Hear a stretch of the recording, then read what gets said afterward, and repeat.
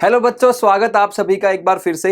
IIT Kanpur ने JEE advanced 2025 का result declare कर दिया है। ऑफिशियल आंसर की भी डिक्लेयर कर दी है। आई होप अभी तक सभी ने अपना अपना रिजल्ट देख लिया होगा। अब उसके बाद क्या होने वाला है उसका प्रोसेस मैं आपको बता देता हूं।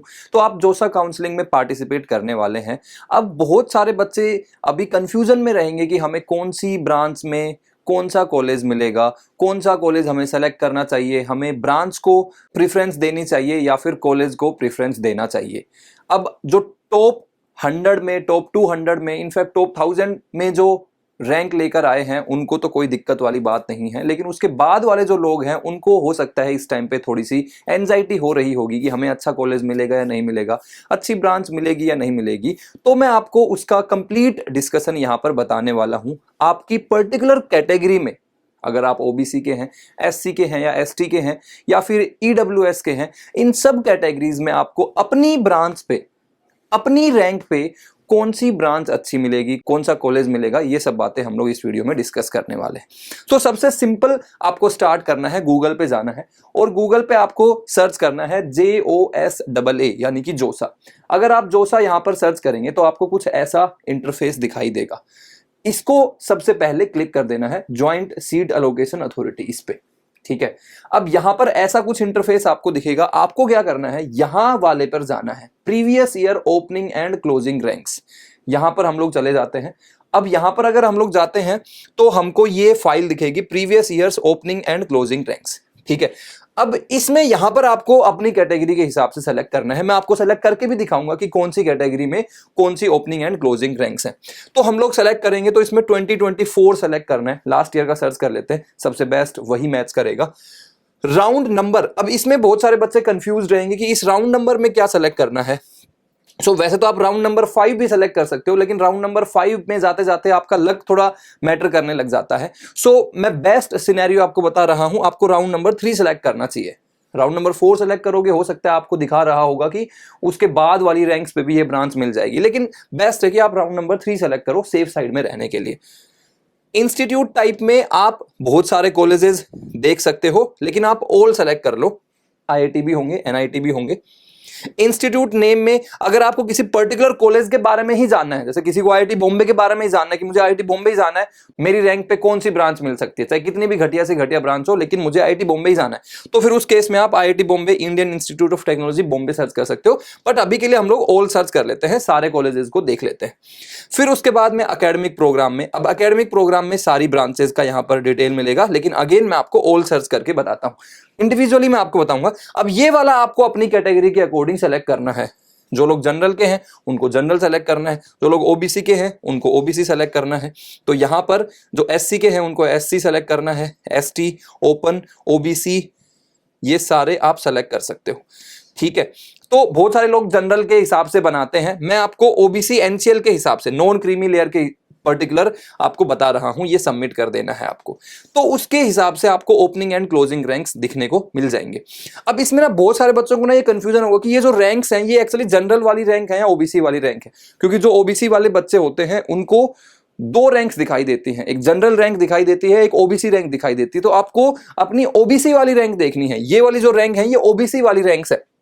तो जैसे मैं आपको एग्जांपल के लिए बता देता हूं, जैसे Indian Institute of Technology Bhubaneswar है, उसमें जो सिविल इंजीनियरिंग है वो 3573 से लेके 5138 रैंक पे मिला है। ये जनरल रैंक नहीं है बच्चों, जो आपकी ओबीसी वाली रैंक है ना, वो वाली रैंक है।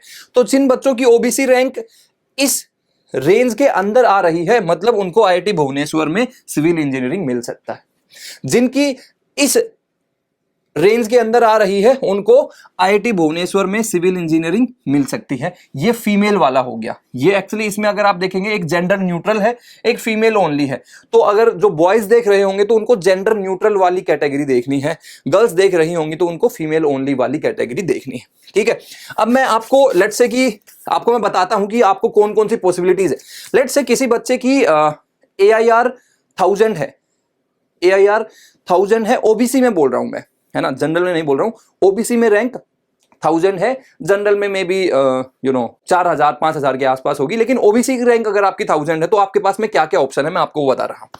अगर आपके पास में ओबीसी रैंक 1000 है तो आपको यहां से सेलेक्ट करके देखना है, देखते जाएंगे। जैसे ये है, आपको मिलेगा 750 से 1225 के बीच में, जेंडर न्यूट्रल है, कोई बॉय की बात कर रहा हूं मैं, तो उसमें Indian Institute of Technology Bhubaneswar में उसको कंप्यूटर साइंस मिल जाएगा। ऐसे आपको सर्च करना है, ठीक है।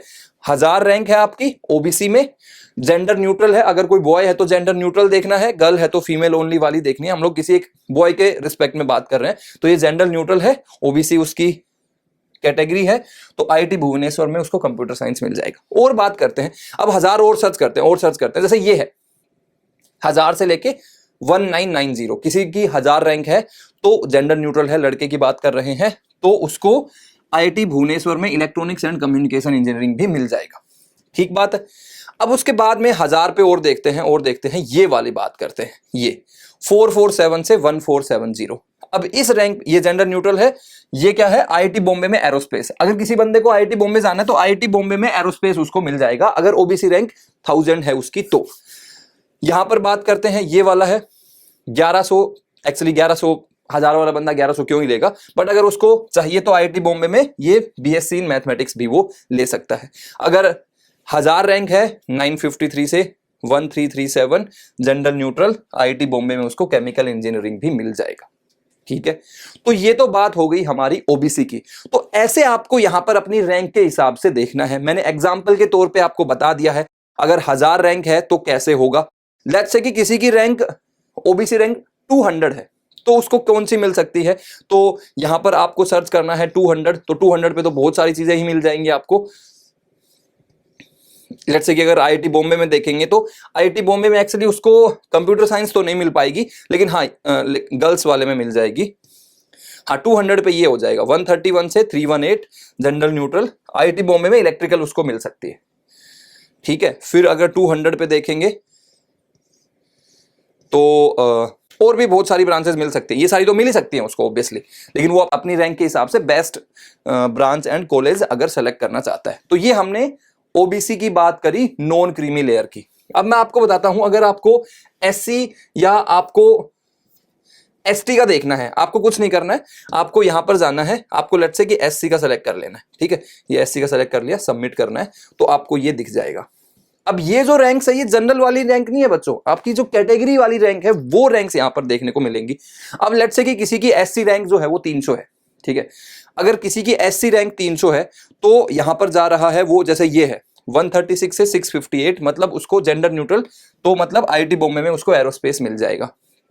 300 रैंक पे अगर और देखते हैं तो ये वाला है और अच्छा दिखाई दे रहा है, 280 से 722, तो ये है आपका Indian Institute of technology Bombay में इकोनॉमिक्स, वो भी आपको मिल सकता है। ठीक है, फिर उसके बाद में जैसे 200 पे बात कर रहे थे ना, तो 197 से 274 उसको आईआईटी बॉम्बे में इलेक्ट्रिकल इंजीनियरिंग भी मिल जाएगा। तो आपको क्या करना है, आपको अपनी रैंक जो है वो इस रेंज में ढूंढनी है और उसके हिसाब से आपको कॉलेज देखना है। अब ये एससी का हो गया बच्चों। अब उसके बाद में मैं एसटी कैटेगरी का भी बता देता हूं। तो अब मैं क्योंकि हर किसी रैंक का तो नहीं बता पाऊंगा, बट मैं आपको एक प्रोसेस बता रहा हूं, आपको थोड़ी सी मेहनत खुद से भी करनी पड़ेगी। अब एससी के बाद में हम लोग एसटी को देख लेते हैं एक बार।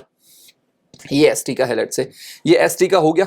तो अब इसमें ये जो रैंक्स हैं, ये बच्चों मैं फिर से बता रहा हूं, ये आपकी एसटी की रैंक होगी, आपकी जनरल वाली रैंक नहीं होगी, एसटी वाली रैंक होगी। तो लेट्स से कि किसी को एसटी रैंक जो है वो 100 मिली है। ठीक है, एसटी रैंक अगर 100 मिली है तो वो क्या करेगा, वो अपनी रैंक ढूंढेगा इस रेंज में। अगर इस रेंज में ढूंढता है, लेट्स से कि ये है 41 से 331 जेंडर न्यूट्रल, तो उसको आईआईटी बॉम्बे में सिविल मिल जाएगा भाई। ठीक है, अगर 100 है तो यहां पर भी मिल रहा, ये एक्चुअली गर्ल्स वाला हो गया। जेंडर न्यूट्रल के हिसाब से हमको देखना है, गर्ल्स को गर्ल्स के हिसाब से देखना है। जैसे ये है 15 से 682, तो ये क्या है भाई, आईआईटी बॉम्बे इंजीनियरिंग फिजिक्स। किसी को फिजिक्स में बहुत इंटरेस्ट है तो वो ये वाली ब्रांच भी सेलेक्ट कर सकता है।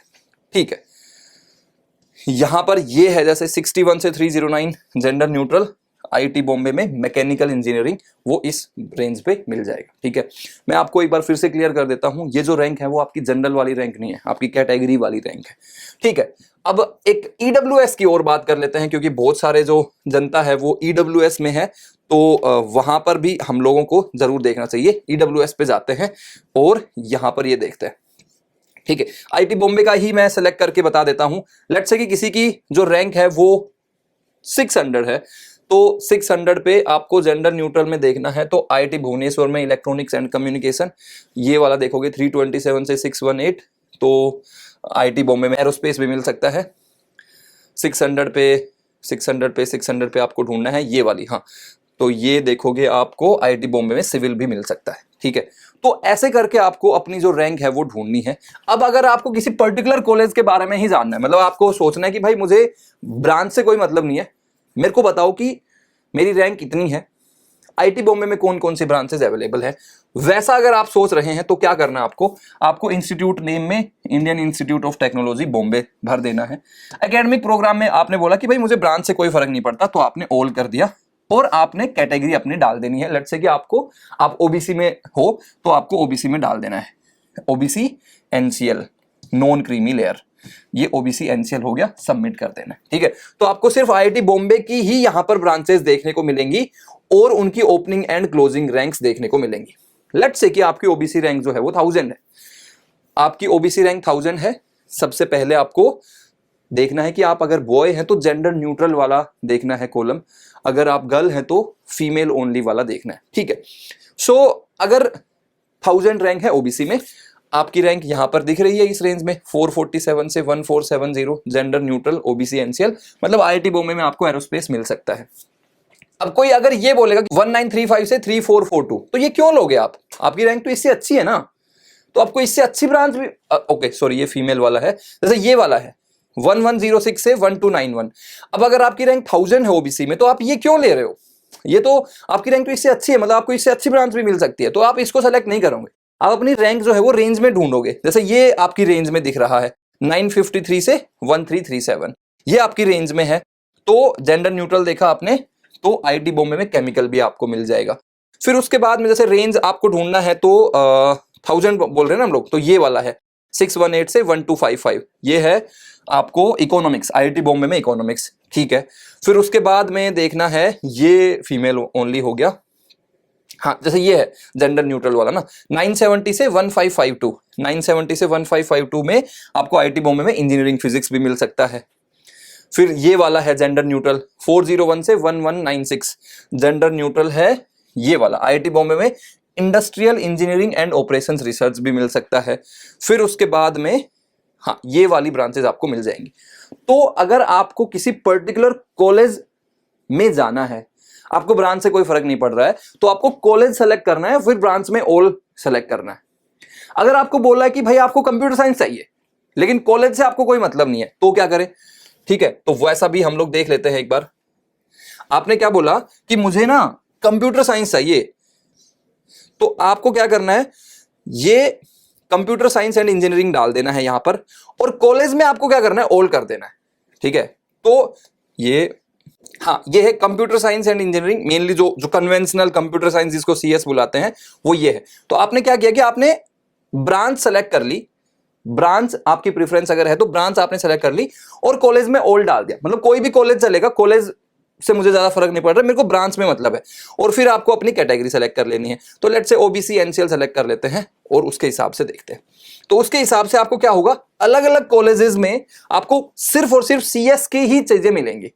तो लेट्स से अगेन आपकी रैंक है 1000 ओबीसी में, तो आपको ये मिल रहा है, मतलब अगर आपको सीएस ही चाहिए तो 1000 पे आपको कहां पर मिल जाएगा, आपको आईआईटी भुवनेश्वर में मिल जाएगा, ठीक है। अब 1000 में अगर और कहीं पे देखोगे तो यहां पर ये है 765 से 1269, तो आपको मिलेगा आईआईटी मंडी में कंप्यूटर साइंस, ठीक है। फिर 1053 से 1468 ये एक्चुअली फीमेल वाला हो गया। फिर अगर हाँ यहां पर देखते हैं 735 से 1334 जेंडर न्यूट्रल, ये है आईआईटी जोधपुर में, ओके। फिर उसके बाद में ये देख लेते हैं 613 से 1117, ये है आपका आईआईटी पटना। समझ रहे हो आप, अगर आपको ब्रांच जो है वो प्रेफरेंस देखना है तो फिर आपको कॉलेज पे कॉम्प्रोमाइज करना पड़ेगा अपनी रैंक के हिसाब से। सो इस तरीके से आप ये सारी चीजें कर सकते हो, लेकिन मोस्टली लोग जो है वो कॉलेज को प्रेफरेंस देते हैं, तो आपको कॉलेज अपना मनपसंद सेलेक्ट कर लेना है, ब्रांच में ऑल डाल देना है, अपनी कैटेगरी डाल देनी है, ओपनिंग एंड क्लोजिंग रैंक के बीच में अपनी रैंक को ढूंढना है, और फिर वो आपके लिए अपनी best branch as well as college का कॉम्बिनेशन मिलेगा। सो आई होप कि इन्फॉर्मेशन हेल्पफुल लगी होगी। अपने दोस्तों के साथ में भी शेयर कीजिए जो इस बार जेईई एडवांस में रैंक लेके आए हैं। So thank you so much and subscribe to the channel.